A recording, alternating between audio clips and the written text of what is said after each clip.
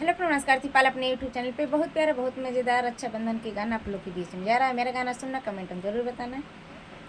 जय श्री कृष्णा, राधे राधे। आप लोग कैसे हो कमेंट में ज़रूर बताना। मैं सबसे प्रणाम कर रही हूँ। गाना सुनना आप लोग बहुत बहुत से शेयर करना। आप लोग दुलार प्यार बहुत देना। गाना बहन कैसा भाई गाना के माध्यम से सुना रहे भाई से कैसा आप लोग सुनना। आप लोग के गाना अच्छा लगेगा तो आप लोग कमेंट में ज़रूर बताना। आप लोग बहुत बहुत से शेयर करना। भैया सबके नगरिया फेरिया डाला भुलाई गैला मोर नगरी। भैया सबके नगरिया फेरिया डाला भूल गैला मोर नगरी। भैया सबके नगरिया फेरिया डाला भूला गैला मोर नगरी। भैया हटिया बाजार फेरिया डाला भुलाई गैला मोर नगरी। भैया हटिया बाजार फेरिया डाला भूल गैला मोर नगरी। भैया सबके नगरिया फेरिया डाला भुलाई गैला मोर नगरी।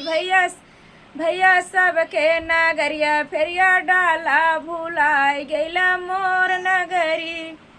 भैया सबके नगरिया फेरिया डाला भुलाई गैला मोर नगरी।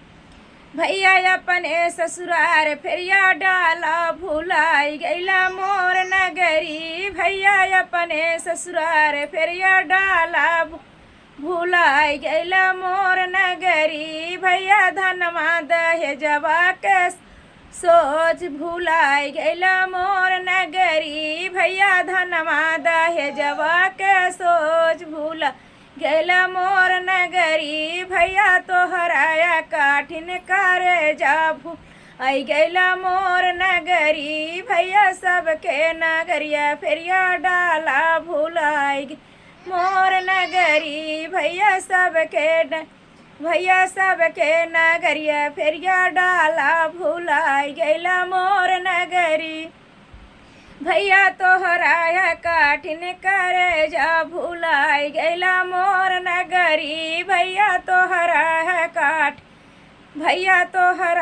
काठिन करे जा भुलाई गैला मोर नगरी। भैया